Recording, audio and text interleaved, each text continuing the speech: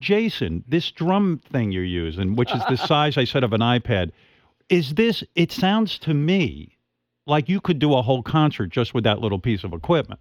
If you were really pushed, yeah. And I notice you take your drumstick and you hit the side of that thing when you're playing. Yeah. So, sometimes just because I know there's ambient mics in here, you can, Yeah. Listen to that feel. This guy, he is a real drummer. I'm serious.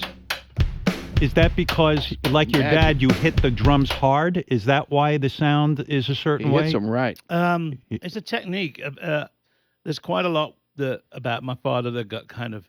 He was the heavy hitter. He was this.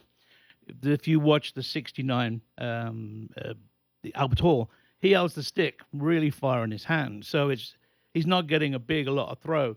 It's just the technique of where he hit the drum and how he tuned the drums.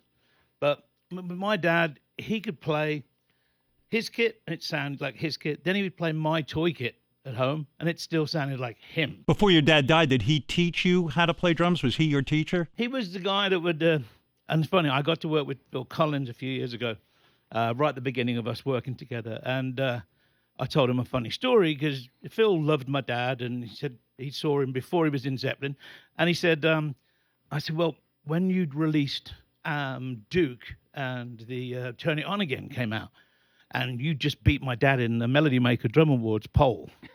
So he got me to learn Turn It On Again by Genesis as a 12-year-old kid. Right. So I'm 12 and he's on the drum kit and he's put it on the jukebox and ding, ding, ding, ding, ding. So I'm playing along with it.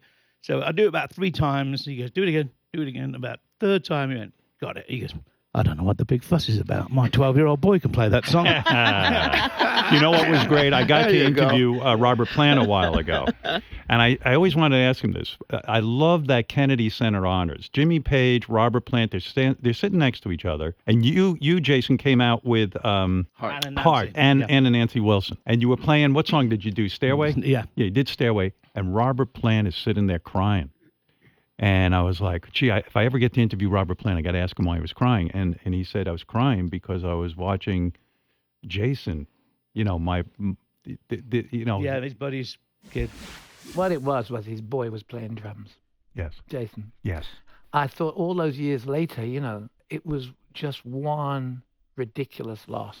He was really thinking about you, and the performance was great. They did a great job with that song. Oh, yeah. You see, that was that I surprised them. That's why there was such a reaction. They didn't know I was going to be there. Oh. They were really, because usually I can't keep my mouth shut. Right.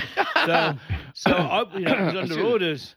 So I literally, when I walked out, and Robert said to me afterwards, he goes, I literally just said to Jimmy, man, because all their family was there, all their kids were there. He said, we should have invited Jason to experience this. He goes, then on you walk with your bowler hat and doing the ha-ha. You got him because the guy was in tears. Yeah. And that's what he was crying about. There was going to be a Zeppelin tour. There was rumors of it after that. But you went up to Robert and you said, hey, we're going to do a Zeppelin tour. And he said to you, no fucking way, because no insult to you. He said at the time, it was literally a few months after. And, in my mind, people were going, it's going to happen. So I was like, can I just get this out of the way? And I said, is it going to happen? He went, well, listen, no disrespect to you. He goes, what you know of your father is amazing. He goes, but what we said all those years ago, we would be idiotic to continue on and not stand with what we said. We've done this. We did the show. We don't have to do it again. Let's just leave it at that. Your father was such a huge part of the band, Robert Plant, it seems like just on that one story, seems like a very loving guy. Like the way he handled you was very delicate.